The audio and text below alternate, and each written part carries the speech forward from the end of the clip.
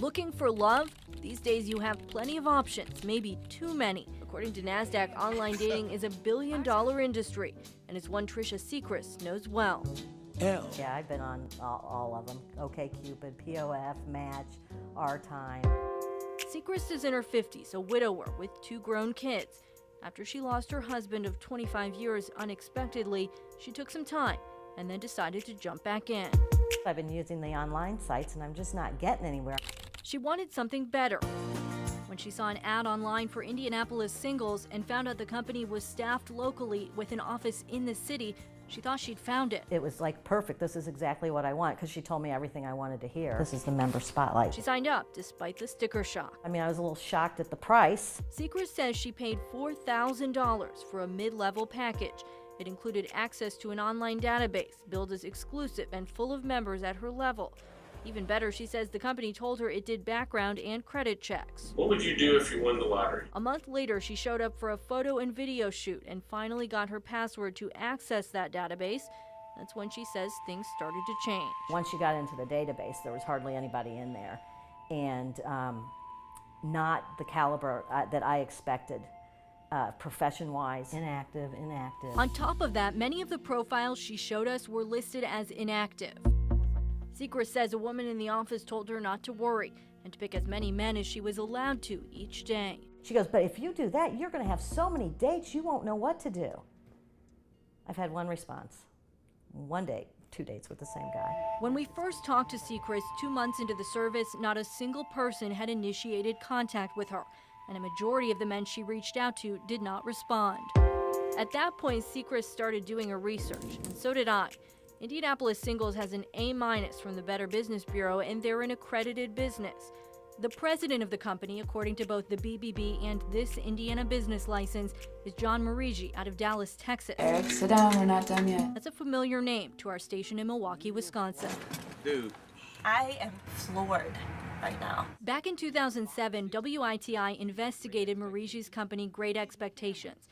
They reported allegations of coercive tactics, high-priced contracts, and unhappy customers. Oh! As a result of that investigation, the Wisconsin Attorney General sued the company, and the Attorney General in Arizona sued another company associated with Marigi.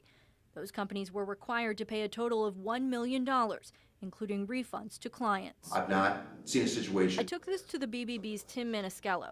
After seeing what we found, he pulled the Indianapolis Singles page offline and told me its accreditation is now under review by the BBB. We've also discovered that there are about a half a dozen other related companies in other related BBBs in several cities around the country. We've notified them of this.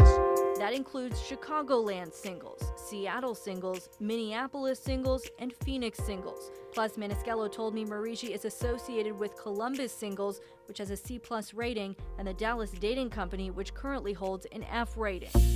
Between those 6 companies and Indianapolis Singles, clients have filed a total of 92 complaints with the BBB in the last 3 years. What we want to do is really have a system-wide look into this, investigation into this. The Indiana Attorney General's office has also fielded complaints. It sent me a list of 13 since 2014. Reasons for complaints included misrepresenting quantity, quality, and terms of contract, unsatisfactory performance, and refused to cancel contract. Thank you for calling Indy Singles. I contacted Indianapolis Singles to get their response to all of this. My name is Elle. I'm the director of Indianapolis Singles. I was able to get the company's director on the phone. She told me she did not know about the BBB's review and needed to go to managers above her to speak with us. The next day, Indianapolis Singles manager emailed me saying the company decided not to issue a response to our story. As for Seacrest, she told me she'd like her money back, but she doesn't expect it. The contract she signed says Indianapolis Singles does not grant refunds of any kind. It's a little embarrassing because I'm a lonely old lady, but and I had to go to a dating site to find somebody. But I don't want this to happen to somebody else. It's been an awful experience. Since our Problem Solvers investigation aired, we've heard from more customers about their experiences, and I found out more about this company's history here in Indiana. I saw it advertised on the internet for it. You may have seen an ad online or a billboard on the side of the road enticing singles to sign up for a local dating service.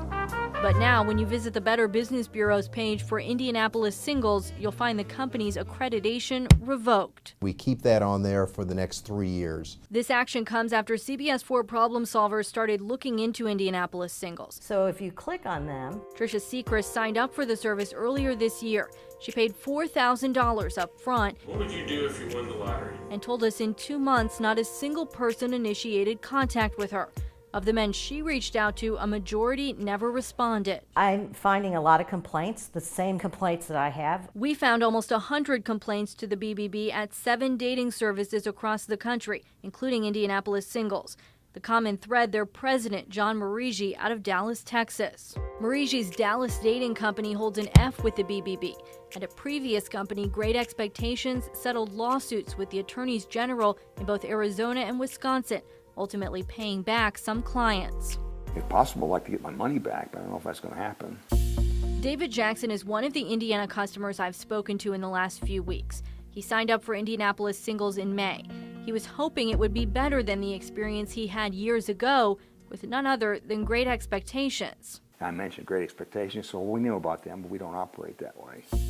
Jackson says the people he met in the office were different, but according to the Indiana Secretary of State's files, John Marigi is listed as the president of both dating services. His company filed to operate under the name Indianapolis Singles in 2014, just 4 months after the Wisconsin Attorney General announced its settlement with Great Expectations.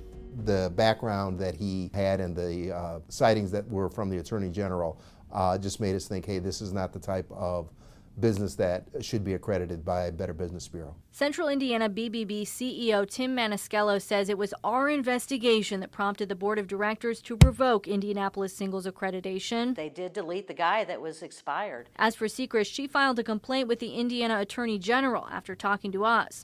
She says that complaint is still in mediation. I was very excited to see that, and I think it's well deserved. If I get my money back, great. If I don't, if I can prevent somebody from going through this, that's pretty much my goal. In its written response to Seacrest's complaint, an attorney for Indianapolis Singles called her claims unfounded and unwarranted, even calling her adversarial for talking to us.